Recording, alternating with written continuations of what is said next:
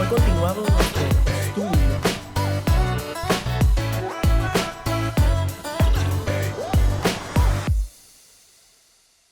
Si usted ha venido por unas semanas aquí, se ha dado cuenta que hemos estado estudiando los últimos tiempos, lo que la Biblia dice acerca de lo que serán los últimos días. Hemos considerado todas las cosas que están por venir. Hemos hecho un estudio bastante detallado, por lo menos de los eventos principales que van a suceder en el futuro, según la palabra de Dios. Y hay un par de conclusiones muy importantes que surgen, a mi juicio, de este estudio. La primera es la soberanía de Dios. Hemos visto a través de este estudio que el Señor orquesta cada acontecimiento conforme a sus propósitos, para que se cumplan sus propósitos. Hemos visto que el Señor utiliza al impío, en la maldad del impío y la justicia del justo, para sus propósitos. Nada de lo que ocurre está fuera de su plan. Y esto incluye absolutamente todas las cosas, incluyendo las dificultades que usted pueda estar viviendo en su vida en este momento. El Señor tiene control absolutamente de todo lo que a usted le sucede. Una segunda conclusión es que Dios es un Dios santo. Eso ya creo que nos ha quedado muy claro. Dios es un Dios que castiga la iniquidad. Eso lo hemos visto a lo largo de este estudio. Después de considerar los juicios, recuerde los juicios de Dios durante la tribulación, que los vimos, no los vimos todos, pero hablamos sobre los sellos. Vimos el despliegue de poder del juez Jesucristo contra los impíos. Recuerde cuando Él regresa en su segunda venida, luego al final del reino de los 1000 años y luego en el evento del gran trono blanco, cuando Él juzgará a absolutamente todos los impíos. Vemos que Dios, el Señor Jesucristo, es un fuego consumidor, lo que dice la Biblia, es un fuego consumidor. Y hemos argumentado a través de este estudio que uno de los beneficios que hemos recibido es que podemos tener una concepción bíblica de Dios. Hemos visto la justicia de Dios, que es un atributo de Dios. Y dijimos que es imposible tener al Dios verdadero si quitamos la justicia y solo nos quedamos con el Dios de amor. Y argumentamos que Dios es un Dios de amor y de justicia, las dos cosas.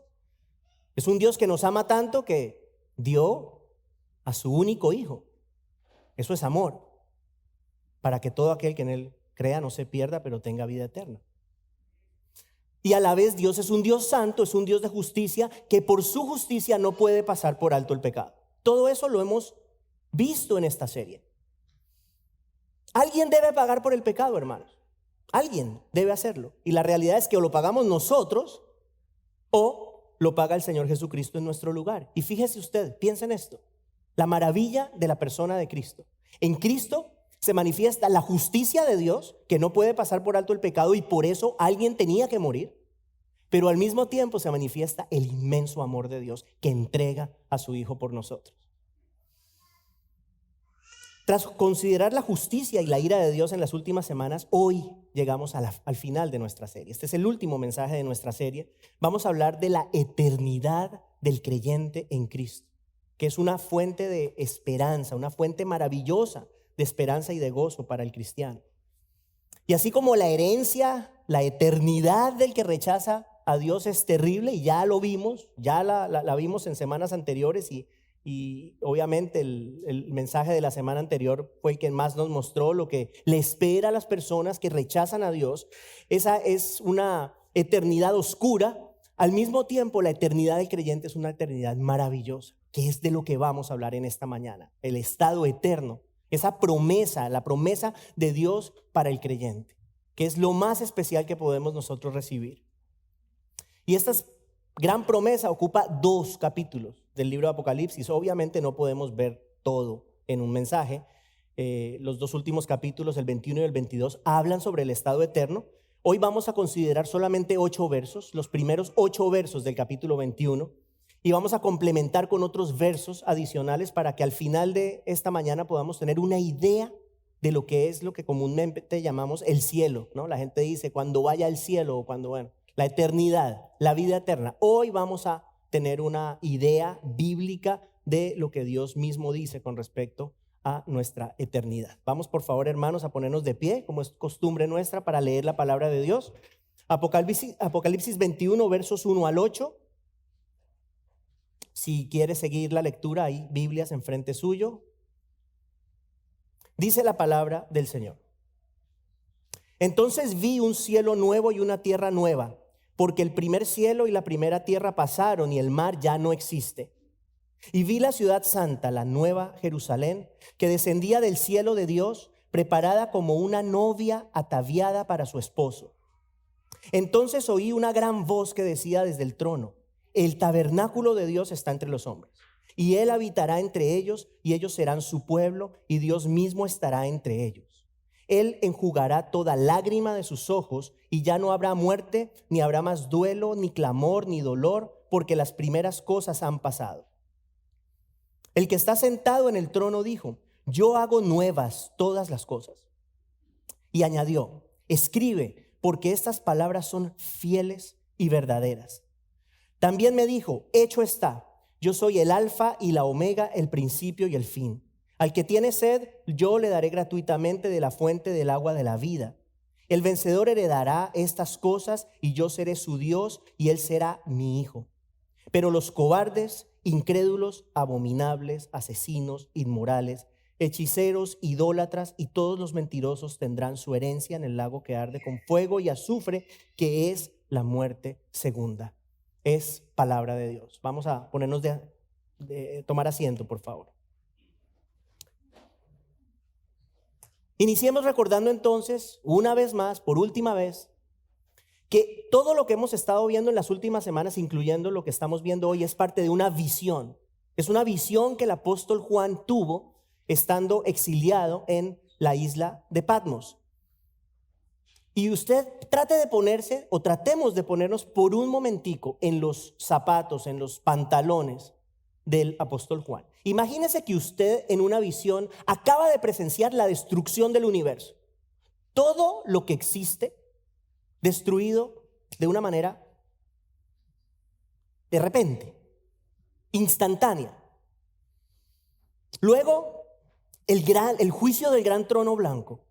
Juicio en el cual, lo vimos la semana anterior, Satanás y todas las personas que rechazaron a Dios a través de la historia de la humanidad fueron lanzados a lo que la Biblia llama el lago de fuego, es decir, al infierno final y definitivo.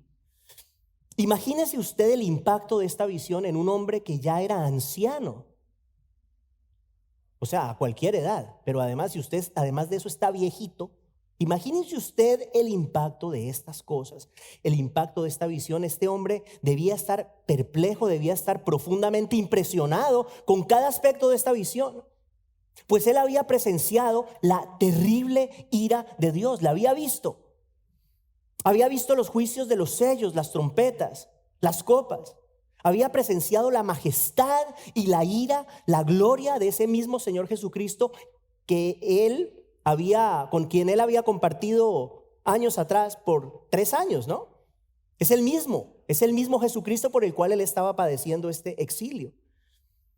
Y yo me imagino, hermanos, o sea, acuérdense, Juan estuvo 3 años con Jesús. Después de ver todo esto, yo me imagino que Juan decía: bueno, pero algo falta. Esto no puede acabar allí. Esto no puede terminar en juicio. Porque él había escuchado las promesas maravillosas de vida eterna de labios del Señor Jesús. Este mismo Juan que está en la isla de Patmos fue el que escribió Juan 3:16. Dios amó tanto al mundo que dio a su único hijo para que no se pierda, mas tenga vida eterna. ¿Qué pasa? Que a este punto de la visión ya el juicio había terminado. Ya no había lugar a más juicio, ya no había ni siquiera universo. Todo había sido terminado. Ya el juicio se había cumplido. La justa ira de Dios había sido desatada. Faltaba algo. Faltaba la esperanza. Faltaba la gloria. Y piense usted de repente en un gran terremoto. Así como en un gran terremoto en el cual las edificaciones se desploman y el polvo lo cubre todo. Pero poco a poco empieza a surgir la claridad. Con el paso del tiempo el polvo se asienta. De esa misma forma, el polvo de todas estas visiones que Juan había tenido se asienta y el apóstol recibe la última y la más maravillosa de todas las visiones. Versos 1 y 2 de nuestro pasaje. Dice el apóstol: entonces vi un cielo nuevo y una tierra nueva, porque el primer cielo y la primera tierra pasaron y el mar ya no existe. Y vi la ciudad santa, la nueva Jerusalén, que descendía del cielo de Dios, preparada como una novia ataviada para su esposo. El apóstol ve una nueva creación que es nueva en esencia. Es una creación nunca antes vista. Y la esencia de esta creación, de este nuevo cielo y de esta nueva tierra que aparece ante los ojos del apóstol, es muy diferente a la esencia de esta creación. Es muy diferente a la esencia de este mundo en el cual nosotros vivimos. ¿Y cuál es un indicativo de eso? Bueno, ¿qué dice este verso? Dice que no va a haber mar. Usted imagínese la vida en este planeta sin mar. No se puede. El 71% del planeta está cubierto por el mar. Sería imposible pensar que pudiese haber vida sin el mar, pero en esta nueva creación no hay mar. O sea que el nuevo cielo y la nueva tierra van a funcionar de una manera completamente diferente al mundo actual. Y el centro de esa nueva creación, su capital, será la ciudad santa, lo que Juan llama aquí la nueva Jerusalén. Y dice que desciende del cielo. Desciende de Dios. Y es importante entender que esta nueva ciudad no es una extensión de la Jerusalén de hoy o ni siquiera de la Jerusalén que va a existir en el reino de 1000 años. Es una ciudad completamente nueva. ¿Y por qué les digo que es una ciudad completamente nueva? Bueno, por dos cosas. Primero, el universo ya fue destruido, incluyendo a Jerusalén. Pero no solamente eso. El autor de Hebreos dice que esta ciudad es una ciudad cuyo arquitecto y constructor es Dios. Dios. Todas las ciudades del mundo, por más bonitas que sean, son obra del hombre, ¿no? Obviamente. Roma, Florencia, París, Londres, Venecia, Río de Janeiro, Nueva York, son algunas de las ciudades consideradas como las más bonitas, de las ciudades más impresionantes y bonitas del mundo, pero todas ellas son producto del ingenio y de la capacidad humanos. Pero la ciudad celestial, la nueva Jerusalén, tendrá como su constructor y su arquitecto al Dios Todopoderoso. Imagínese la ciudad. Y para darnos una idea de lo que será esta ciudad, o sea, porque yo quiero que usted cuando salga esta mañana de este servicio, tenga presente que va a ser un lugar físico, ¿ok? Vamos a darnos una idea de esta ciudad y para ello tenemos que echar mano de otros versos del mismo capítulo 21. Por ejemplo, en el verso 18, mire lo que dice Juan. Dice que la ciudad de la visión era de oro puro, diáfana como el cristal. O sea, imagínese una ciudad de oro puro. Luego en el verso 21 él dice que la calle de la ciudad era de oro puro y transparente como el vidrio. Otro aspecto de la nueva ciudad, de la ciudad celestial, el templo. Jerusalén siempre, por 1000 años más o menos, se caracterizó por el templo. El templo era el sitio más importante de la ciudad antes de ser destruido por los romanos en el año 70. Durante la futura tribulación y el futuro reino de 1000 años también va a existir un templo en Jerusalén y ese templo lo describe el profeta Ezequiel. Pero mire lo que dice Juan con respecto a esta nueva ciudad y el templo. Mire lo que dice. Dice, no vi en ella templo alguno. No vi en ella templo alguno. ¿Por qué? Porque su templo es el Señor, el Dios Todopoderoso y el Cordero. O sea que la presencia y la gloria de Dios estarán en todo lugar en esta ciudad. Y los habitantes de la ciudad celestial van a disfrutar de una comunión, o vamos a disfrutar de una comunión plena con el Señor. Ya no hay que ir a la iglesia, hay que ir a la capilla, no hay que ir a ningún lado. La presencia de Dios, la gloria de Dios está en todos lados. La vida misma será un acto de alabanza. Qué lindo eso. Que ojalá empecemos desde ya a vivir vidas que sean un acto de alabanza. Pero allá la vida va a ser un acto de alabanza y eso es lo que vamos a hacer durante la eternidad. Alabar al Señor, ver la gloria, imagínense ver la gloria del Señor. Y obviamente vamos a compartir unos con otros. Eso va a ser algo muy especial. Otra gran diferencia entre la nueva creación y la antigua es que en la nueva ya tampoco va a haber ni sol ni luna. Usted dirá, no va a haber mar, no va a haber sol, no hay luna. Y a mí que tanto me gusta la playa, ¿qué voy a hacer? Sin mar y sin sol. Estoy fregado, ¿no? Mire lo que dice Juan en el verso 23 del capítulo 21. La ciudad no tiene necesidad de sol ni de luna que la iluminen, porque la gloria de Dios la ilumina y el Cordero es su lumbrera. Ya habíamos visto que en la nueva creación, como les dije, no habrá mar, entonces ni mar, ni sol, ni luna. Esta creación definitivamente es muy diferente. Es completamente distinta.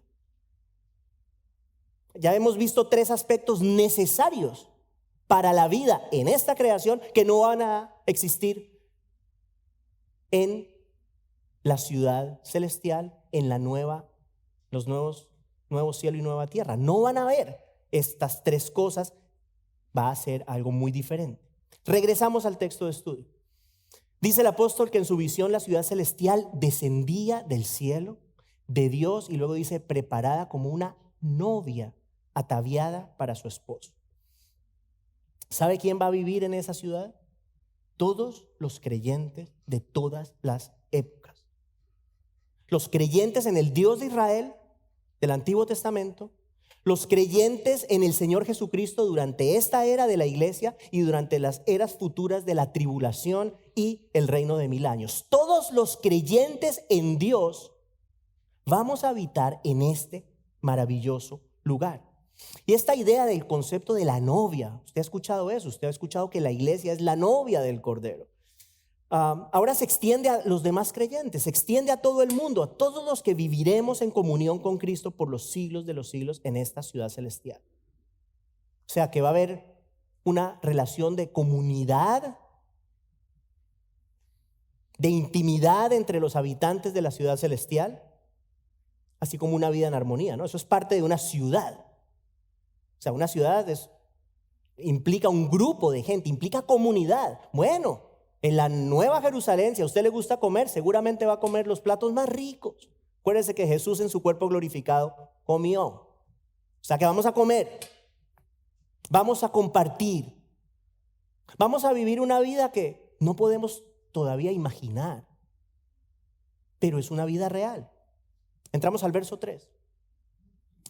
Donde leemos, entonces oí una gran voz que decía desde el trono, escuche esto, el tabernáculo de Dios está entre los hombres, y Él habitará entre ellos, y ellos serán su pueblo, y Dios mismo estará entre ellos. Entonces, la palabra traducida como tabernáculo significa morada, lugar de habitación.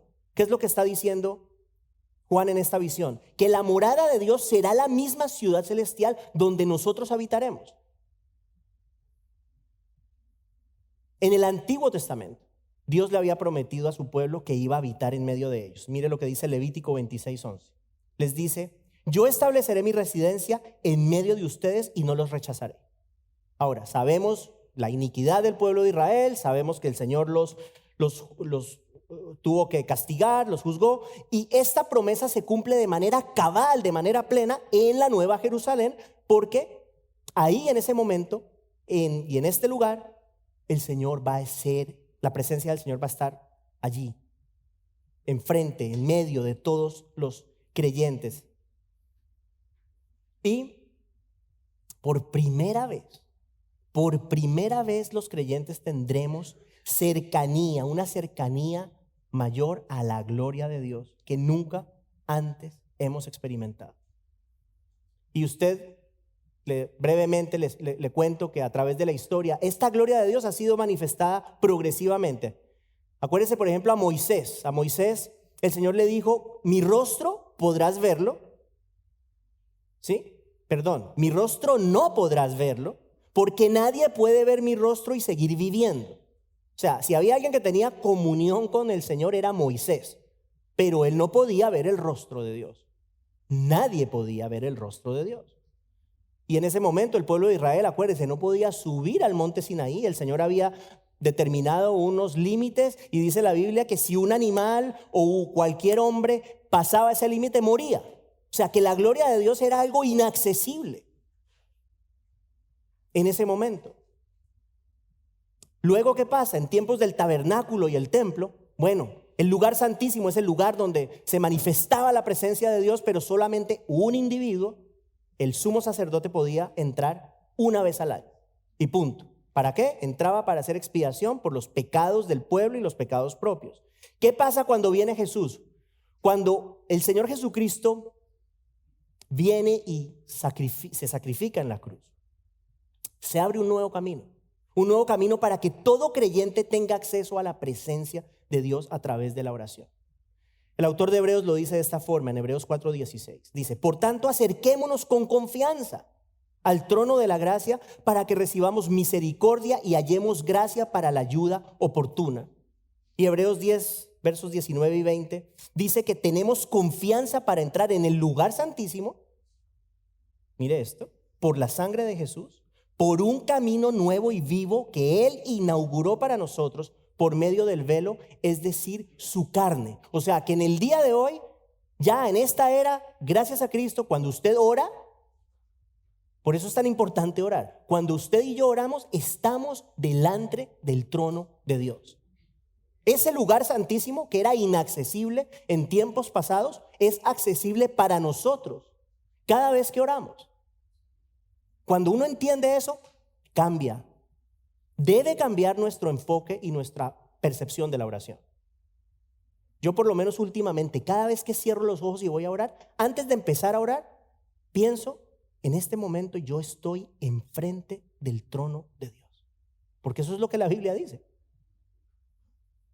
Es importante tener eso en cuenta. Ahora, ¿qué pasa en la ciudad celestial, la nueva Jerusalén? Ya no va a haber más velos, ya no va a haber más restricciones. La gloria de Dios se va a manifestar a todos sus habitantes de manera absoluta, de manera plena. Se van a cumplir las palabras que leemos en Mateo 5:8, que las vimos en las bienaventuranzas. El Señor dijo, bienaventurados los de limpio corazón, porque verán a Dios. Verán a Dios. El propio Jesús le pidió al Padre esto. El propio Jesús le pide al Padre que podamos tener ese tipo de comunión con Él. Mire lo que dice el Señor Jesucristo en Juan 17:24. Una oración. Le dice, Padre, quiero que los que me has dado estén también conmigo donde yo estoy. Escuche esto, para que vean mi gloria. La gloria que me has dado, porque me has amado desde antes de la fundación del mundo. Y en primera de Juan 3:2, el mismo apóstol Juan dice esto, dice que cuando Cristo se manifieste, seremos semejantes a Él porque lo veremos tal como Él es. Lo veremos tal como Él es. ¿Cuál es el punto? Bueno, y de hecho, también Apocalipsis dice que le veremos cara a cara, veremos su rostro en gloria plena. La plenitud de la gloria de Dios. ¿Cuál es el punto? En la eternidad, la gloria de Dios ya no va a estar velada. Ya vamos a poderla apreciar y disfrutar a plenitud. Y no hay mente que entienda eso. ¿Ok? Lo podemos hablar, lo podemos decir, lo podemos imaginar. No hay mente que entienda el hecho de poder disfrutar de la gloria de Dios a plenitud. Lo más que podemos hacer es tratar de comprenderlo y esperarlo. Ver a Dios cara a cara, hermanos, ya no va a ser sinónimo de muerte, pero del más profundo y del más perpetuo gozo. Él El Señor habitará entre los ciudadanos del reino y ellos serán su pueblo y Dios mismo estará entre ellos. Es lo que dice Juan. Entramos al verso 4, donde leemos: Él enjugará toda lágrima de sus ojos y ya no habrá muerte, ni habrá más duelo, ni clamor, ni dolor, porque las primeras cosas han pasado. Levante la mano si usted cree que esta vida es una vida fácil. ¿Es fácil? Levante la mano si usted jamás ha tenido un problema. Levante la mano si su vida ha sido siempre desde su nacimiento un lecho de rosas. Ninguna persona va a levantar la mano, porque los problemas son parte de la vida. El sufrimiento es parte de la vida. Los dolores, las pérdidas, las tristezas, todo esto es parte de la vida. Ahora, independientemente de lo que usted pueda estar sufriendo, porque hay sufrimientos de sufrimiento, hay personas que tienen que sufrir cosas muy duras en esta existencia. Pero independientemente de lo que sea el sufrimiento que usted pueda estar pasando, esta promesa del verso 4 es una promesa maravillosa. ¿Qué dice Juan? Juan dice que en la ciudad celestial ya no va a haber más lágrimas. Él habla de que Dios enjugará o secará las lágrimas. Y hay quien dice, bueno, debe ser que va a haber gente que llega a la eternidad en una depresión tremenda, en una tristeza tremenda, que entran llorando y entonces Dios les seca las lágrimas. No es eso.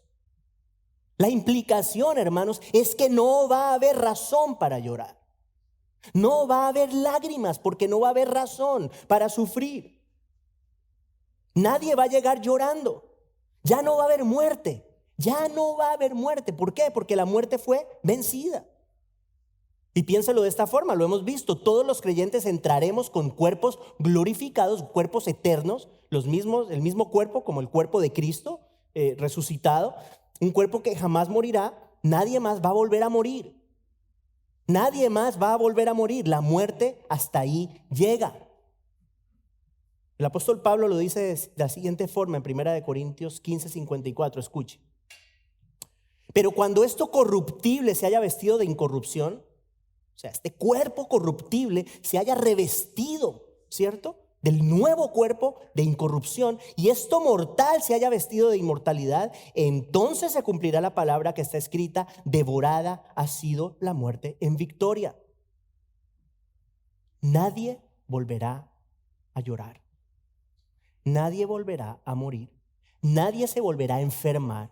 No habrá, una de las cosas que más me gusta de pensar en estas cosas es que no va a haber pecado.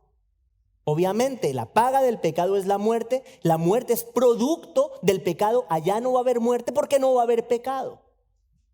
Imagínese usted un mundo sin pecado. Imagínese usted con una incapacidad para pecar. Yo quiero irme para allá.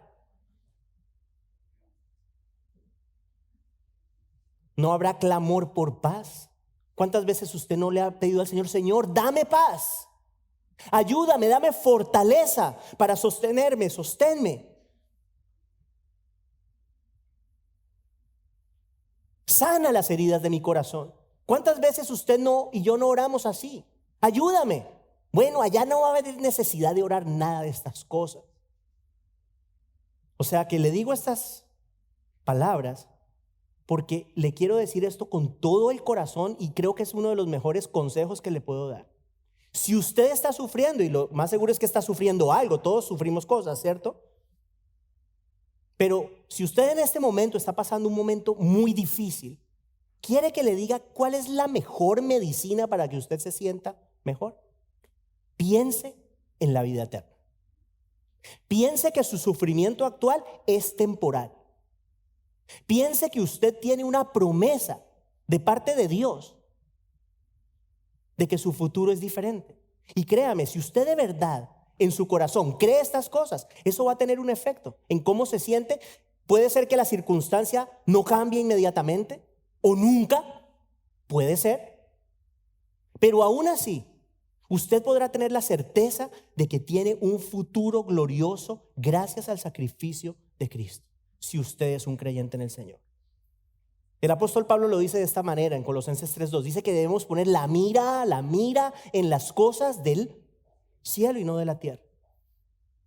También nos recuerda en 1 Corintios 15:19 estas palabras que yo las menciono con frecuencia. Nos dice, si nosotros solamente para esta existencia, si solamente para esta vida nosotros creemos y esperamos en Cristo, dice, somos los más dignos de lástima de todos los hombres. Pobrecitos, dice.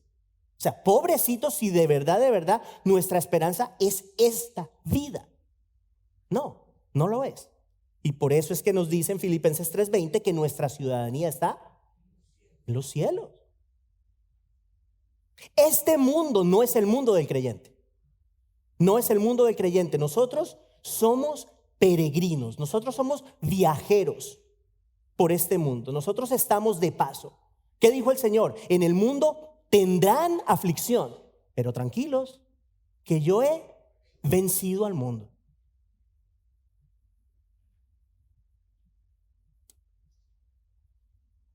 Y unas palabras hermosas de Pablo en Romanos 8:18 dice que estas aflicciones, por más difíciles que sean, las aflicciones de hoy, las aflicciones del tiempo presente, dice, no son nada. No son nada cuando las comparo con la gloria venidera. Pero fíjese lo que le acabo de decir.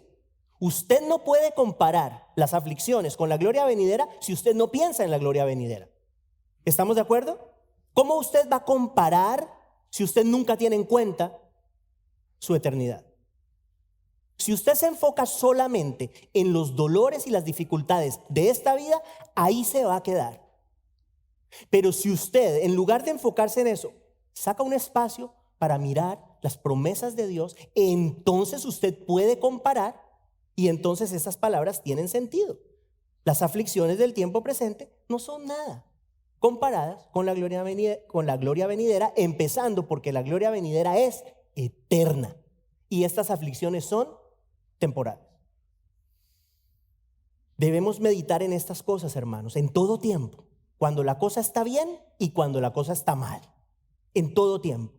Pero particularmente en los tiempos de prueba, estas verdades nos sostienen y traen esperanza a nuestro corazón, hermanos. O sea que aferrémonos a las promesas de Dios, aferrémonos a ellas. Pablo le dijo a Timoteo, en 1 Timoteo 6, le dice, aférrate a la vida, aférrate a la vida eterna. Ahí está. Yo estoy convencido que Pablo se aferraba a la vida eterna y porque se aferraba a la vida eterna es que pudo aguantar todo lo que aguantó. Porque si Pablo, con todo lo que sufrió, él se hubiese puesto a sentarse, a lamentarse por cada sufrimiento, ese hombre se acaba. Él no hubiera hecho absolutamente nada de lo que hizo, no hubiera podido. ¿Pero qué decía? Olvidando lo que queda atrás, sigo hacia adelante. Creo que de aquí sale un principio importante. No seamos víctimas, ¿cierto? Hay personas que sufren y, es que todo el mundo me trata mal. Es que las cosas son tan difíciles. No tenga esa actitud, hermano. Esa actitud no cambia nada. Confía en las promesas del Señor. Y su sufrimiento será más ligero, será más ligero. En el verso que sigue, el verso 5 dice, el apóstol escribe, el que estaba sentado en el trono dijo, yo hago nuevas todas las cosas. Y luego le dice al apóstol Juan, escribe porque estas palabras son fieles y verdaderas. Hay comentaristas que dicen que seguramente Juan estaba tan absorto que se le olvidó escribir y Dios le tuvo que decir, hey, despierta, escribe. No sé si será así o no, pero bueno, escribe Juan. ¿Por qué? Porque mis palabras son fieles y verdaderas. Mire, esas son dos palabritas, fieles, verdaderas, pero tienen un gran significado y una gran profundidad. ¿Qué es lo que está diciendo el Señor? En otras palabras, en lenguaje sencillo, lo que yo digo es cierto. Lo que yo digo es verdad. Eso es lo que está diciendo. Escribe y lo que yo digo es verdad. La palabra de Dios es digna de crédito. ¿Qué significa entonces Contexto de lo que estamos leyendo hoy, estudiando hoy. Bueno, hermanos, que habrá una ciudad real, una maravillosa ciudad que va a ser un lugar real y los creyentes viviremos en ese lugar real con cuerpos reales que son inmortales. La eternidad no es un estado espiritual como algunas personas lo piensan.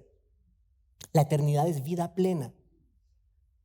Es vida en comunión con Dios y con los demás habitantes de esa ciudad celestial. Y yo no sé si de repente alguien aquí piense que o ha pensado que cuando se vaya al cielo, usted va a ser así como esos gorditos que uno ve así medio sin mucha ropa, tocando arpa en las nubes, pasadito de peso, ¿cierto? Con unas alitas blancas. No, eso no es lo que la Biblia dice. Olvídese de esa imagen. El Señor hará nuevas todas las cosas y será tan maravillosa nuestra existencia eterna que entonces podremos comprender que todo lo que padecimos en la vida realmente era nada. Era nada. No sé, se me viene a la mente esta ilustración. Las mamás, ¿no?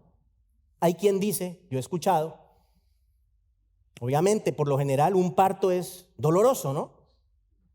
Pero yo he escuchado, he sabido que a la mamá en el momento en que le ve la carita al bebé se le olvidó el dolor, se le olvidó todo, ya se acabó. Sí, puede haber pasado lo peor, puede haber sufrido todo lo que quiera, pero en el momento que ve ese bebé, hasta ahí llegó el sufrimiento y se le olvidó lo que había padecido. Y le aseguro que si usted sí es mamá, le preguntan, ¿estarías dispuesta a volver a padecer eso para tener a tu hijo?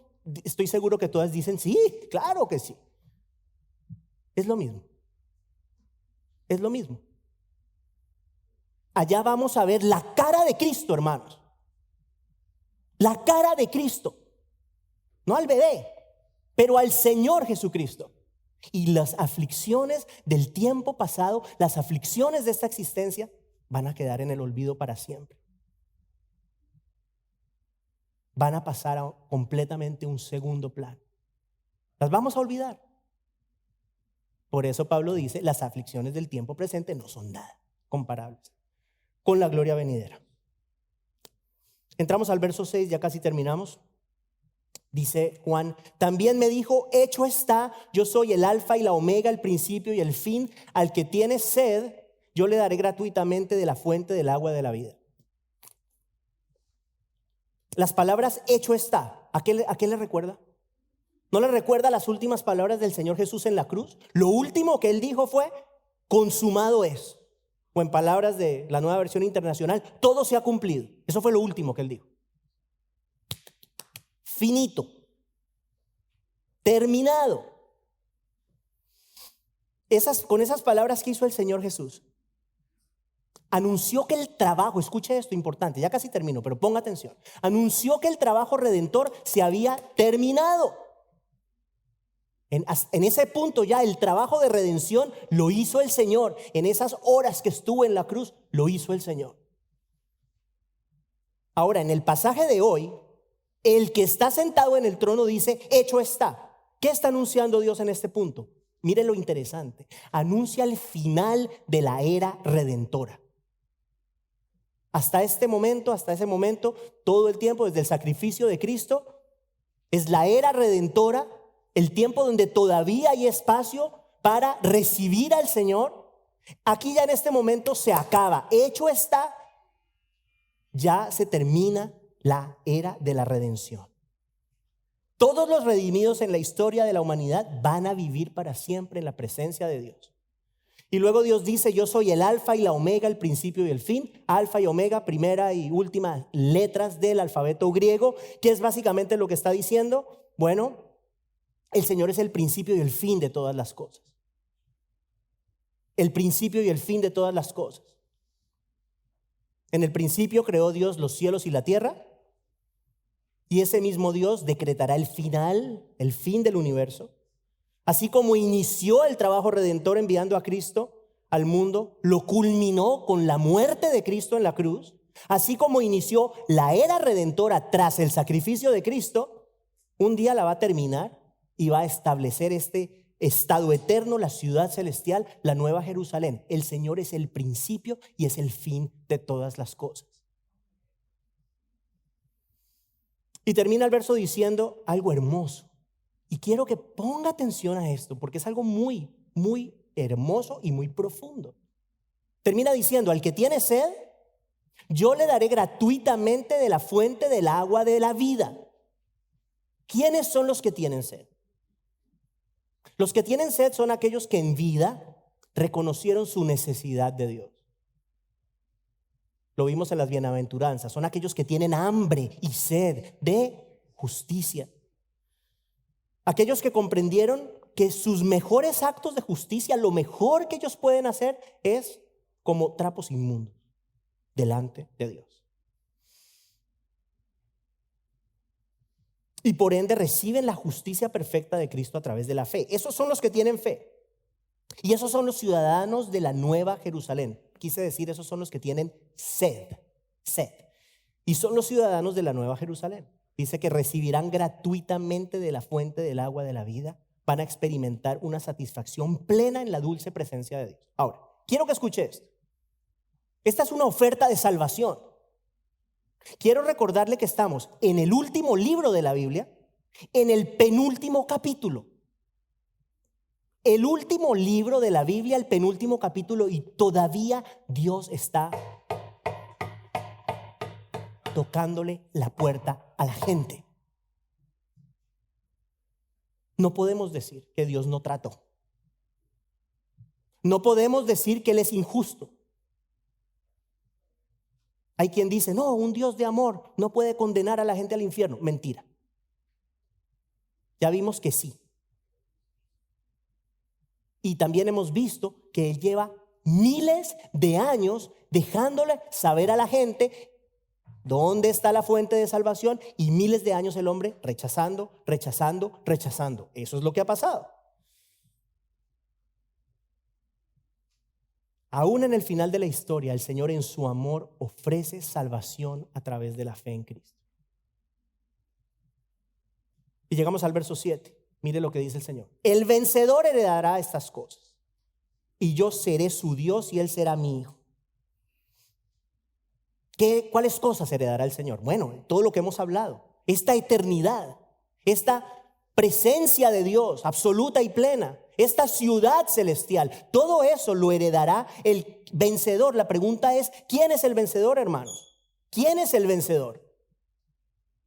Y el propio Juan responde esa pregunta. Primera de Juan 5, versos 4 y 5, escuche. Porque todo lo que es nacido de Dios vence al mundo, y esta es la victoria que ha vencido al mundo, nuestra fe. Ahora escucha el verso 5. ¿Y quién es el que vence al mundo? Sino el que cree que Jesús de Dios. Ese es el vencedor. El vencedor es aquel que permanece en la fe, el creyente genuino en Jesús. Aquel que en la parábola del sembrador rindió una cosecha, dio un fruto. Ese es el vencedor. Usted dirá, ¿acaso la fe se puede perder? Y la respuesta es no. La verdadera fe no se puede perder.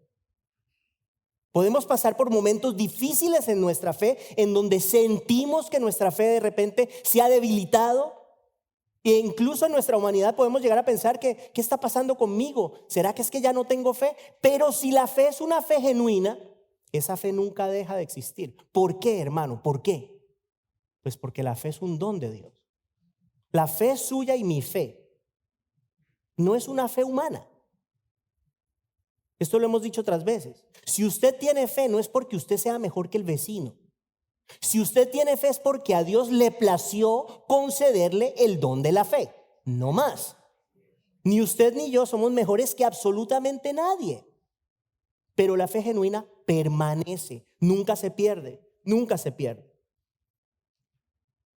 Y luego al final del verso 7 el Señor reafirma la relación de comunión y de intimidad que tendrá con cada habitante de la ciudad celestial. Dice, yo seré su Dios y él será mi hijo.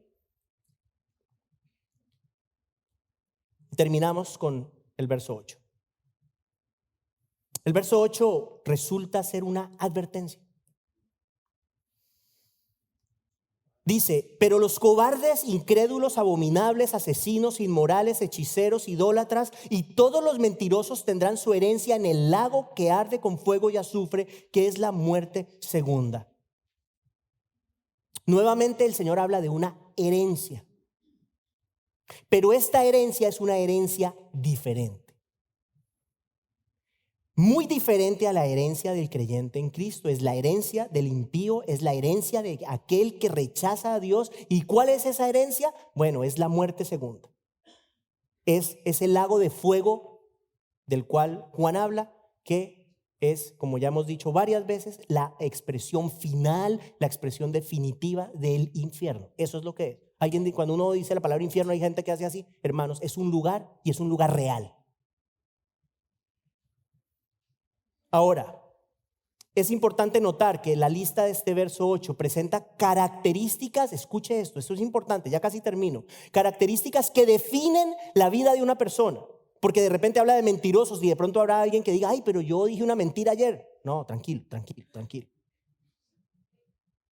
El Señor está hablando de patrones ininterrumpidos de pecado. Si su vida es una mentira, ahí hay un problema. Si su vida la define la inmoralidad, ahí hay un problema. Si su vida la definen cualquiera de estas cosas, hermanos, significa que de repente su fe no es una fe genuina, y esto es importante. Por ejemplo, es posible que una persona haya vivido una vida inmoral en el pasado. Eso es posible. De hecho, creo que todas las personas, si no es una cosa es otra, pero todos hemos actuado de manera incorrecta, de manera repetitiva en el pasado. Ahora, si la inmoralidad es la constante que define su vida hoy, bueno, yo le digo que esa persona, por más que crea, que afirme creer en Cristo, por más que levante las manos, por más que venga a la iglesia, por más que diga amén, amén, amén, amén, esa persona tiene todas las razones para dudar de su salvación. Eso es lo que estamos hablando. Estamos hablando de patrones ininterrumpidos, lo que define la vida. O sea, que no se preocupe si usted de repente dijo una mentira ayer, pídale perdón a Dios, no diga más mentiras, pero no significa que usted sea una persona que se la pasa mintiendo todo el tiempo. Esa es la diferencia. ¿Estamos claros, cierto?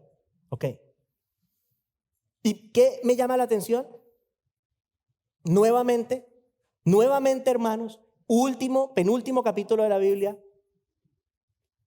¿cierto? Último libro de la Biblia, y el Señor sigue advirtiendo. No solamente el Señor sigue ofreciendo salvación, pero el Señor sigue advirtiendo, hermanos.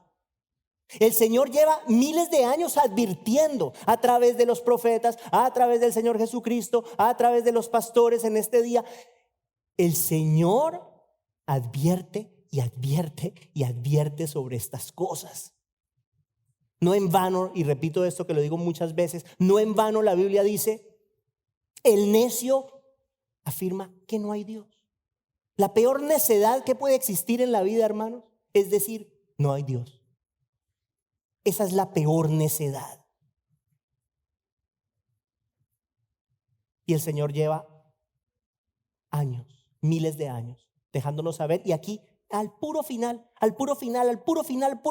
ya se está acabando esto, ya se está acabando la historia de la redención humana, y todavía el Señor es, cuidado.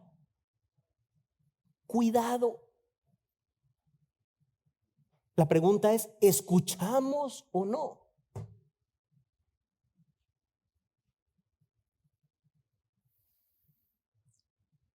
Termino diciendo que hay dos herencias y solamente dos. Toda persona heredará algo.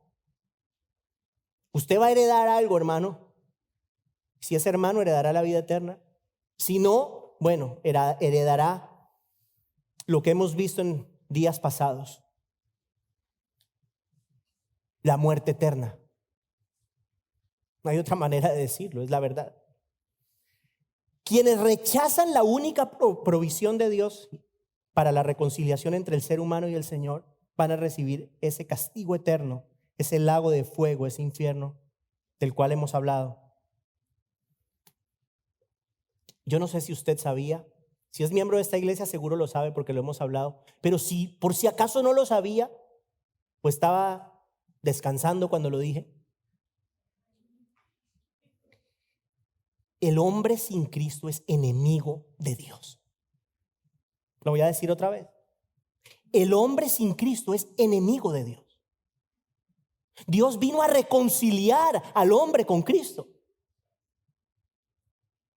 Es la provisión de Dios para reconciliar al hombre consigo mismo. Por eso dice que a todos los que reciben, no a algunos, o a la mayoría que lo reciben, no, a todos los que lo recibieron, a todos los que creyeron en su nombre, a esos les da el derecho de ser llamados hijos de Dios. Hoy es el día de la salvación. Lo hemos dicho repetidamente. Hoy es el día de la salvación. Hoy usted, alguien que nos esté viendo, puede recibir la vida eterna. Usted puede recibir las llaves de la ciudad celestial. Hoy. ¿Cómo? Poniendo su fe en el Señor Jesucristo. ¿Qué es eso? ¿Qué es poner la fe en el Señor Jesucristo? Bueno, es reconocer que usted por sus propios medios no puede agradar a Dios. Es reconocer que usted necesita ayuda. Yo no sé si usted antes, en algún momento de su vida, usted se encontró en una situación en la cual no sabía qué hacer con su vida. Todos creo que hemos estado allí. Cuando reconocemos, yo necesito de ti.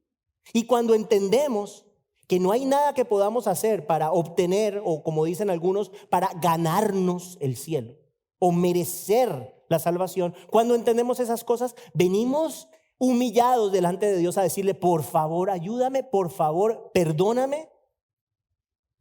Recibir a Cristo es creer que Él es la única provisión de Dios para el perdón de los pecados, que de verdad, Él vino a este mundo, de verdad, vivió una vida perfecta, que de verdad murió en la cruz y de verdad resucitó y de verdad subió al cielo y de verdad regresará en gloria a juzgar a vivos y muertos. Básicamente eso es lo que hay que creer.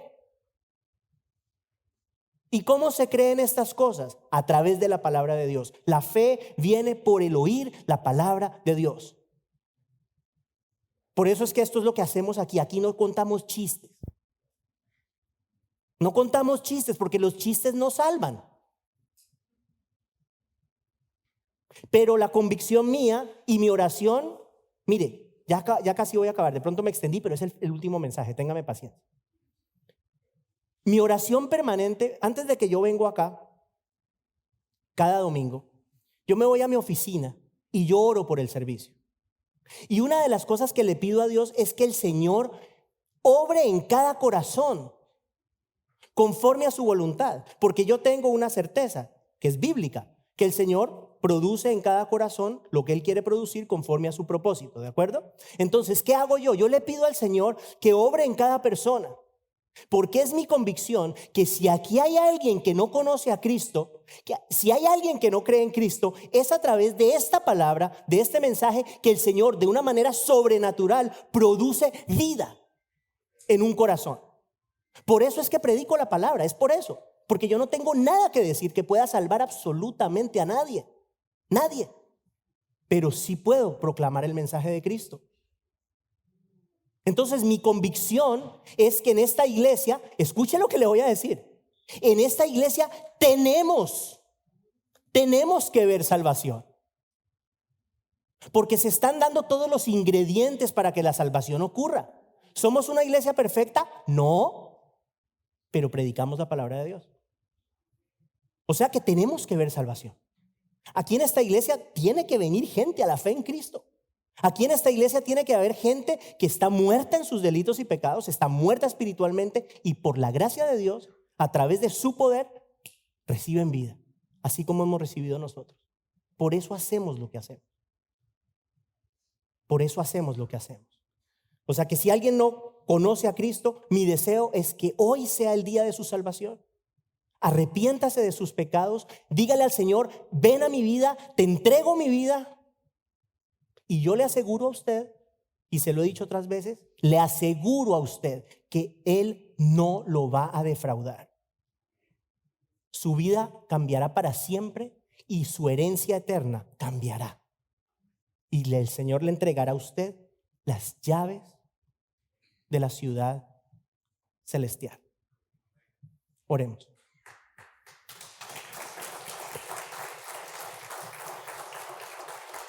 Padre, en el nombre de Jesús, damos gracias por esta serie, por esta tu palabra que nos ha retado y nos has bendecido grandemente a través de esta semana. Damos gracias por todo lo que tú has hecho en nuestras vidas, por todo lo que sigues haciendo. Te pedimos, Señor, que obres a través de tu palabra en medio nuestro. Que si hay personas que aún no te conocen aquí en este lugar, o personas que nos estén viendo ahorita en vivo, o personas que nos vayan a ver en un futuro, que tú obres, Señor. Que a través de estos mensajes generes temor de Dios en los corazones. Que las personas puedan comprender que estas palabras son fieles y verdaderas, que se van a cumplir y que haya temor de estas cosas, Señor. Que quien esté viviendo en el pecado, en la iniquidad, reconozca su falta, se arrepienta de corazón y pueda recibir, Señor, pueda recibir el perdón de sus pecados a través de la fe en el Señor Jesucristo. Eso es lo que te pedimos, Señor, y damos gracias nuevamente por esta iglesia y por todo lo que haces en medio nuestro. En el nombre de Jesús oramos. Amén.